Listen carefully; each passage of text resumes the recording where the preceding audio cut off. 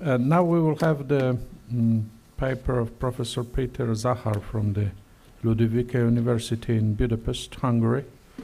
The title is Soft Power and Sacred Nationhood, Klebelsberg's Cultural Nationalism and the Christian Making of Post-Trianon, Hungary.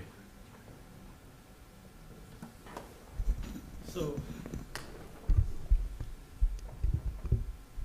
first of all, thank you for the invitation, and it's an honor to be here with you. You will have now 3 Hungarian presentations in a row, but I think it's because we say Polak, Wegierki, dwa bratanki, ido bitki, ido sklanki. So I think that is the reason why so numerous Hungarian presentations can be present, and I really thank Eric for this possibility. In my short lecture, I'm standing really on the shoulder of giants in Hungarian historiography, and I will try to refer to all of them if possible, so maybe you will hear a lot of very different Hungarian names during the lecture, but we had a very good, I think, background on preparing this presentation today.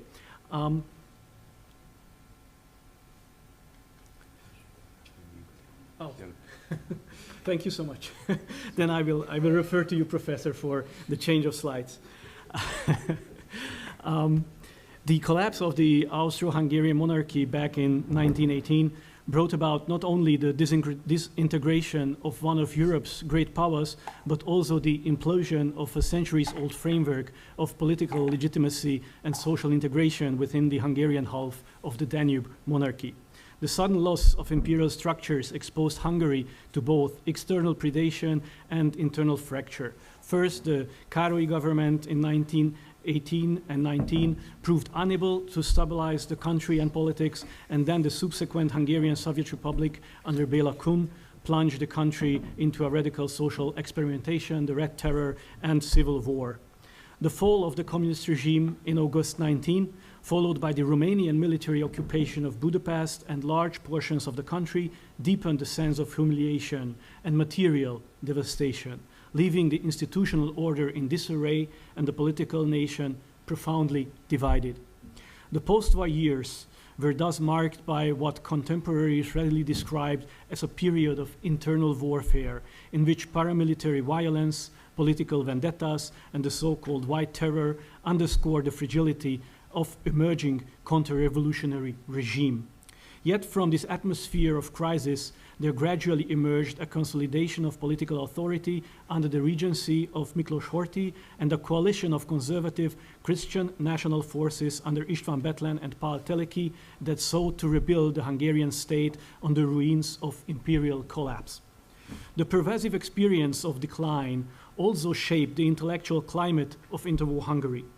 Among leading conservative thinkers, especially Gyula Szekfő's 3 generations, Három nemzedék, became emblematic of a broader narrative of national decadence, tracing Hungary's political failures back to the liberal and aristocratic traditions of the 19th century, and thereby situating the immediate crisis within a longue durée account of moral and institutional erosion. As Iván Zoltán Dénes wrote in his works, Szekfő's book resonated not only as a domestic critique, but also as part of a transnational discourse of cultural pessimism, deeply influenced by the contemporaneous reception of Oswald Spengler's Untergang des Abendlandes. Both works articulated a sense of civilizational crisis, embedding Hungary's post-war predicament within wider European anxieties about cultural decline, the exhaustion of liberal modernity, and the fragility of the Westphalian state system in the aftermath of total war. This intellectual milieu, saturated with theories of crisis and decline, created fertile ground for projections of national regeneration that emphasize spiritual, moral, and cultural reconstruction as antidotes to perceived decadence. It was in this conjuncture that Count Kuno Klebelsberg, Minister of Religion and Education, articulated a comprehensive program of cultural nation building designed to transcend the limitations of military force and diplomatic isolation. Klebelsberg's vision rested on the conviction that Hungary, though territorially diminished, could assert influence disproportionate to its size if it mobilized its intellectual, educational, and religious resources in a coherent strategy of soft power. By investing in schools, universities, scientific institutions, foreign culture institutes, and by embedding these initiatives within a Christian conception of national destiny, his policy agenda linked the domestic projection of societal consolidation to the external project of regaining international recognition. The Catholic Church, alongside broader Christian national forces, provided both symbolic resources and organizational capacity for framing Hungary's plight after Trianon in theological and eschatological terms. In political rhetoric as well as in contemporary literature and arts, the Hungarian national tragedy was increasingly interpreted through the lens of Christ's passion.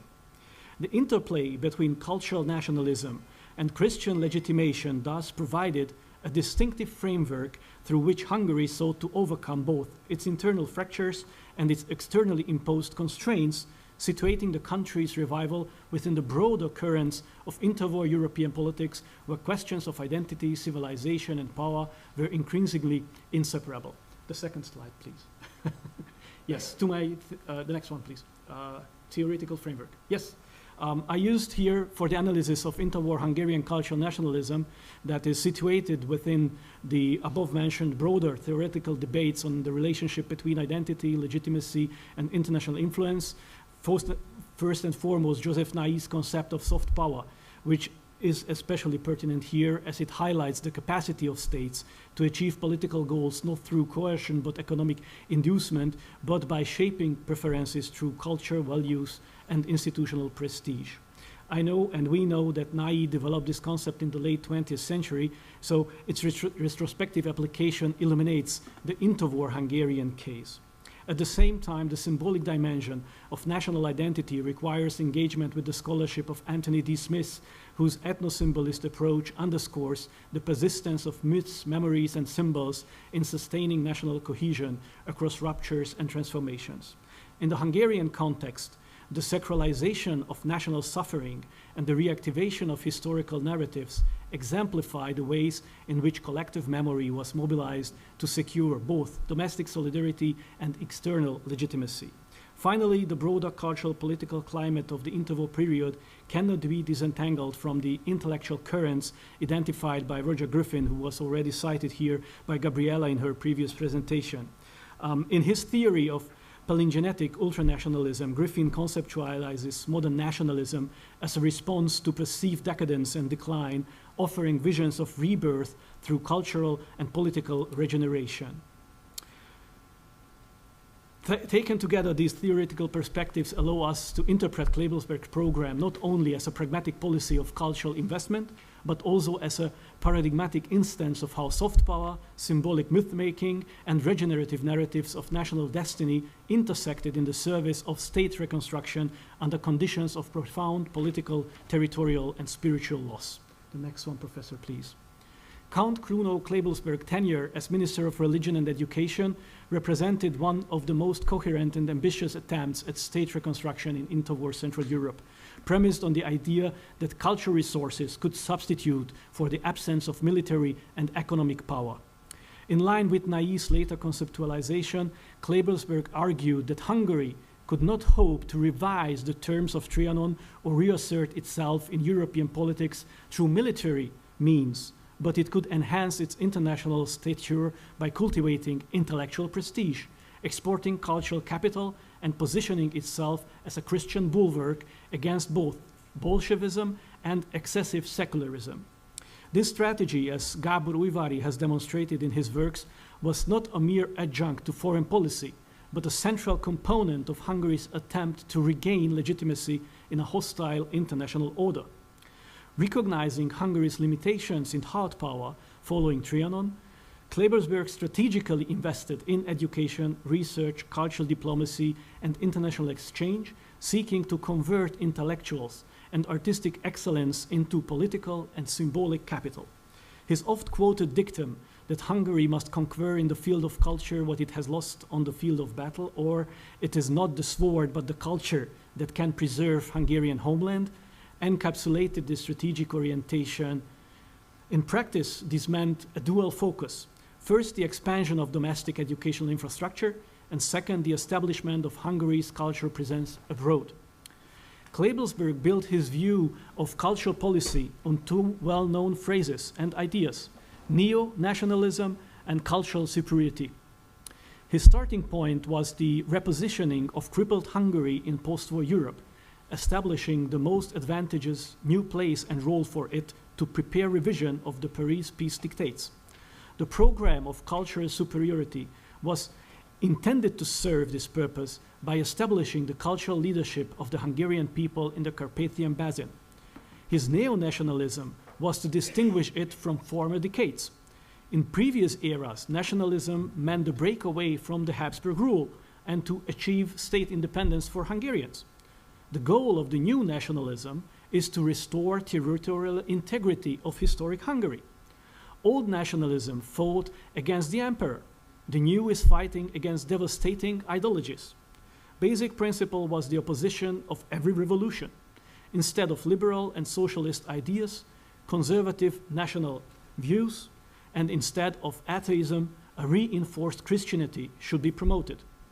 According to Klebelsberg, education is not only a means, but also an end of neo-nationalism, through which Hungarian people can become a cultured and prosperous nation, gaining greater weight in Europe again. Education of the masses was expected to yield not only economic, but also moral and political benefits.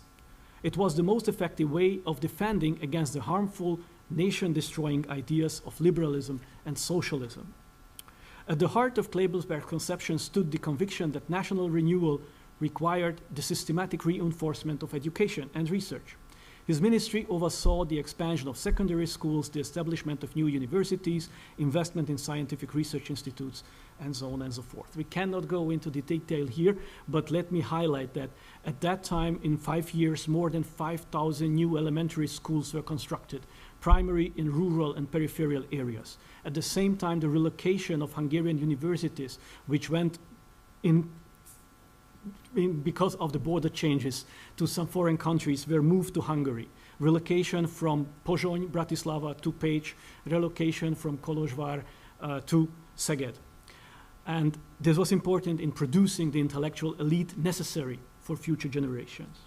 These initiatives were designed not only to elevate the intellectual level of Hungarian society, but also to demonstrate to foreign observers that Hungary, despite its demolished borders, remained a productive participant in European science and culture. From the ethno-symbolist perspective, as articulated by Smith, these measures exemplify the mobilization of cultural symbols and knowledge traditions as instruments of collective identity, embedding the national community within both historical continuity and modern achievements.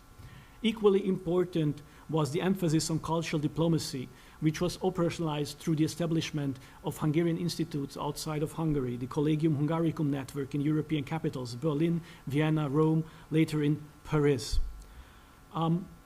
These diverse cultural and physical performances, Hungary taking part in Olympic Games, the music of Bartók and Kodály were promoted all over Europe, functioned as regarding to János Gyurgyák as collectively as a form of political capital, reinforcing Hungary's symbolic presence on the international stage.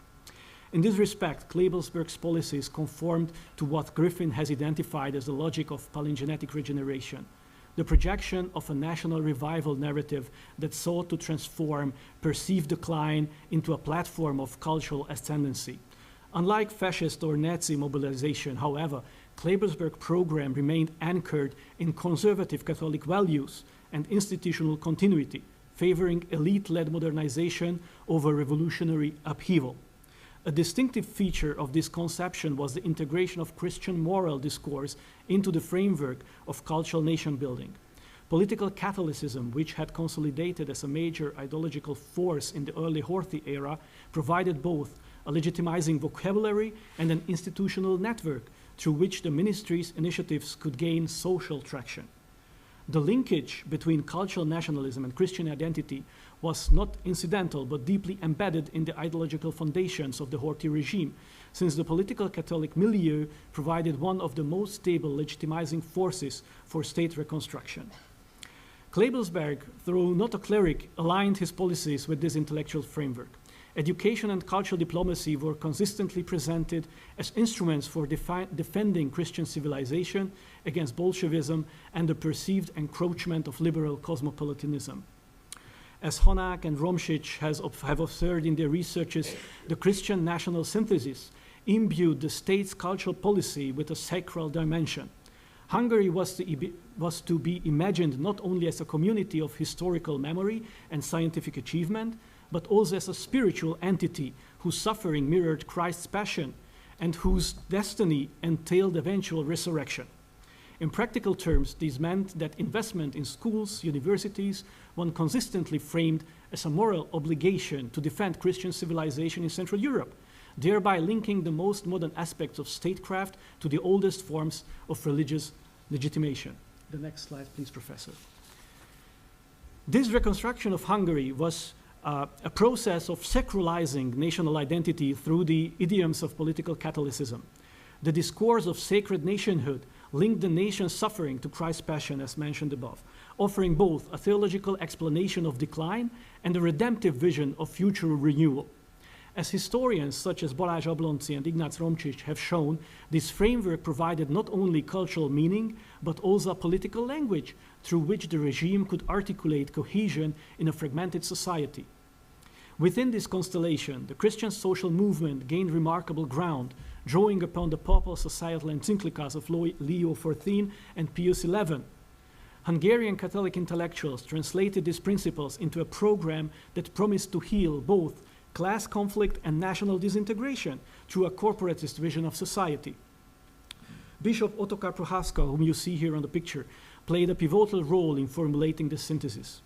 In his writings and speeches during the 1910s and 1920s, he consistently framed the Hungarian nation as a Christian community whose survival depended on fidelity to its religious and moral foundations. It was thanks to the work of Prohászka that the Hungarian public and Catholic political sphere became familiar with the principles laid down by Pope Leo XIII in his encyclical Rerum Novarum, the new ideas of the organization of society and state. Subsequently, based on this, the theoretical framework of solidarism developed by German Jesuit Heinrich Pesch, a social professor and economist, gained increasingly legitimacy in Hungarian political Catholicism. Prohászka's intellectual project, deeply influenced by neo-scholasticism and Catholic modernism, connected social reform to the redemption of the nation and thus provided the regime with a normative program for integrating the experience of crisis into a theology of national destiny. Parallel to Prohászka, the theoretical influence we had also a practical. Béla Banga, the second picture here on the slide, a Jesuit priest who is often described in Hungary as the apostle of the Catholic press. He became one of the most effective opinion shapers of the era.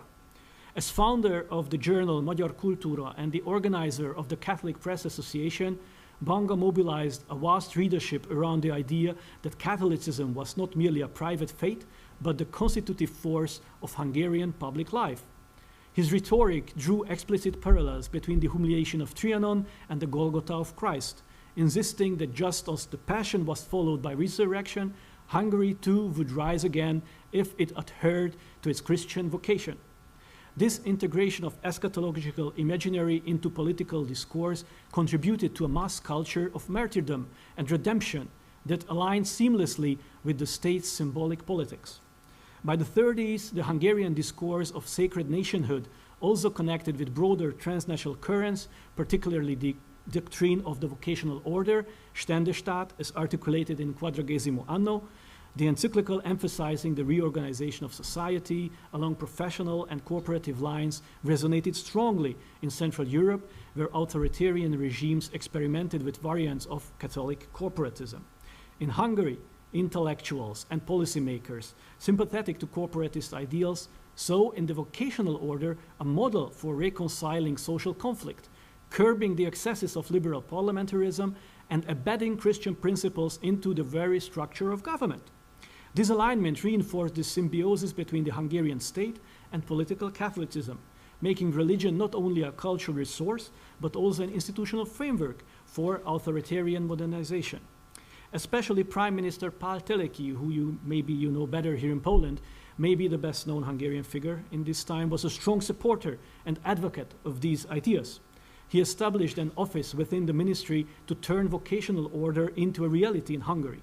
So it was not Italy and fascism, but rather the Portuguese Estado Novo that served as a possible role model, and the short existence of the Austrian Ständestaat as a possible constitutional principle for Hungary's Catholic elite. The main idea was, instead of the liberal social and economic organization of the state, to create a new one, because the older one was fraught with extremely negative omens. The political Catholic renewal proposed a new path for Hungary. I can't go into the details, but I had the chance to speak last year in Kielce about the reception of these corporate ideas. So if you want to take a look into that, we can talk about that later on. The significance of these developments lies in the way political Catholicism managed to fuse theological symbolism with the practical exigencies of statecraft. The sacralization of national identity through the passion narrative, the elevation of Christian social thought to a program of corporatist reform, and the mobilizing role of figures such as Prohászka, Banga, and others I don't have mentioned, collectively ensured that Hungarian nationalism in the interwar period was not merely ethnic or territorial, but profoundly imbued with a Christian metaphysics of history. In this respect, Hungary followed a wider European pattern in which religion was mobilized as a political resource against both liberal secularism and socialist internationalism. Yet the Hungarian case was distinguished, as Miklós Zeidler tells us, by the intensity with which national trauma was subsumed under a narrative of collective redemption. The last slide, please, Professor. So, as conclusions, we can say that Kleibelsberg's program, deeply embedded in both modernizing impulses and Christian national symbolism, demonstrates the ways in which education, science, art, and sport could be mobilized as resources of soft power. At the same time, the cultural project cannot be separated from the broader sacralization of the nation that characterized the Horthy era. This fusion of cultural nationalism with a theology of suffering and rebirth gave the Hungarian nation-building project a distinctively sacred dimension, differentiating it from other European strategies of cultural diplomacy. The Hungarian case thus enriches the comparative study of interwar Europe. While Italy, France, and Poland also mobilized culture as a tool of international legitimacy, Hungary's reliance on Christian metaphors of suffering and resurrection, coupled with an extensive investment in education and cultural diplomacy, produced a unique model of post-imperial statecraft. When viewed through the analytical frameworks of Nai, Smith, Griffin, Kleibelsberg's policies emerge as a paradigmatic illustration of how narratives of decline can be transformed into strategies of symbolic influence and political resilience. In this way, interwar Hungary contributed to a broader European search for legitimacy after the collapse of empires, offering a case in which soft power and sacred nationhood converged to redefine the possibilities of national survival in the 20th century. Thank you very much for your kind attention.